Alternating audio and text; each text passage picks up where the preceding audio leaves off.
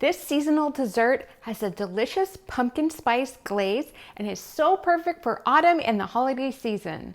So grab a cup of coffee or tea and let's jump into making this gluten-free pumpkin scone recipe. Welcome back to Clean Eating Kitchen. I'm Carrie and this is my channel where I share easy, gluten-free and dairy-free recipes to help you feel your best.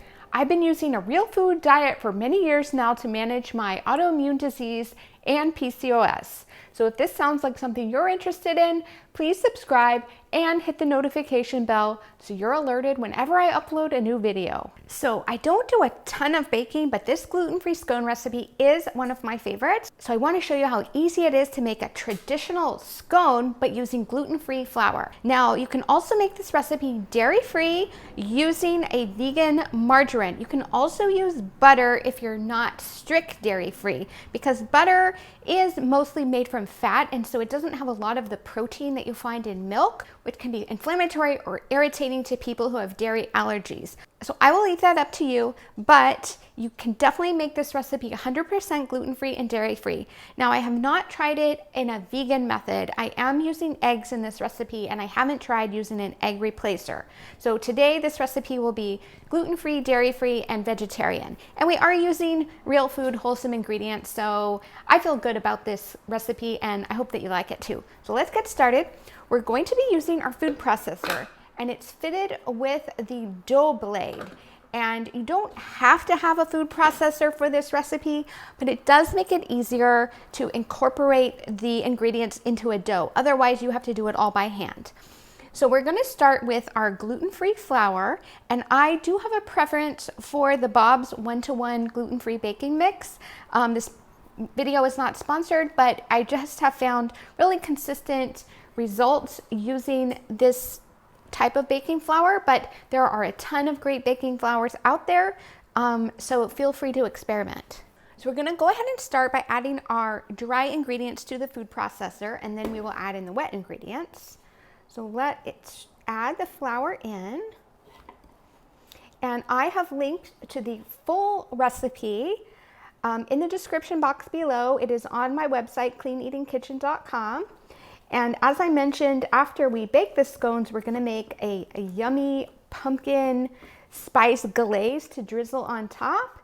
And I just love this recipe. It's starting to get a little bit cooler in California. Not quite. We're actually still going to have like an 80-degree day today. But it's okay, the nights are cool, and so this still feels like a nice autumn recipe to make, even when it's warm outside. So next, we're going to add some coconut sugar. You can definitely use regular white sugar or brown sugar for this recipe. I do like using coconut flour, coconut sugar, just because it is a little bit lower glycemic than regular white sugar. And then the last of the dry ingredients will be this little mixture that I made of a baking powder, pumpkin pie spice, and sea salt. And we'll just add that in. And then we'll go ahead and pulse this just to combine the dry ingredients. Next, we're going to add the butter to the dry ingredients and start to incorporate the butter into the dough, or into the flour to make the dough. And then we will add the rest of our wet ingredients.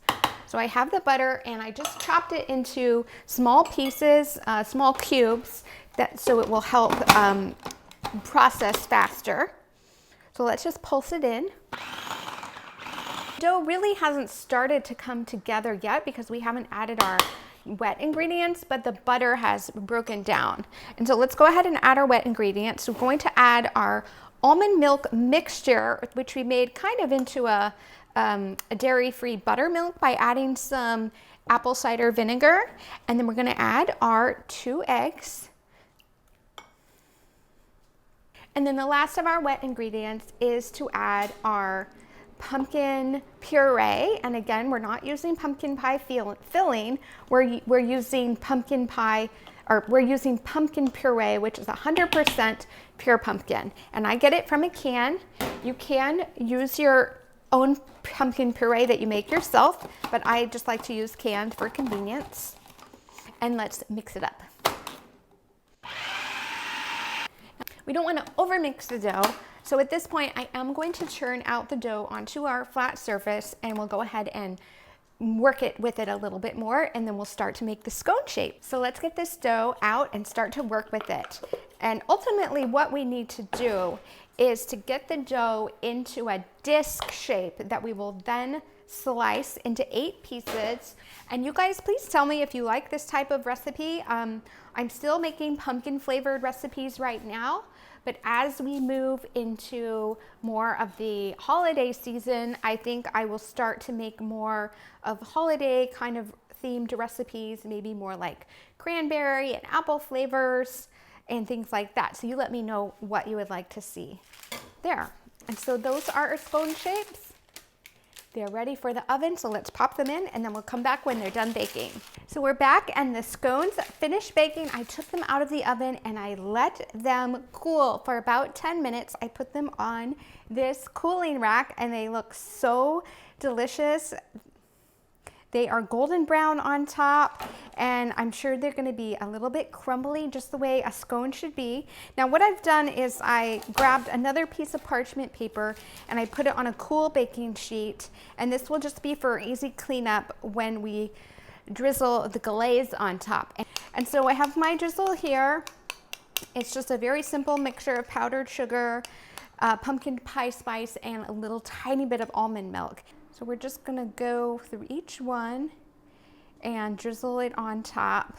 And I'm gonna put together a playlist of all my pumpkin recipes that I've made this season.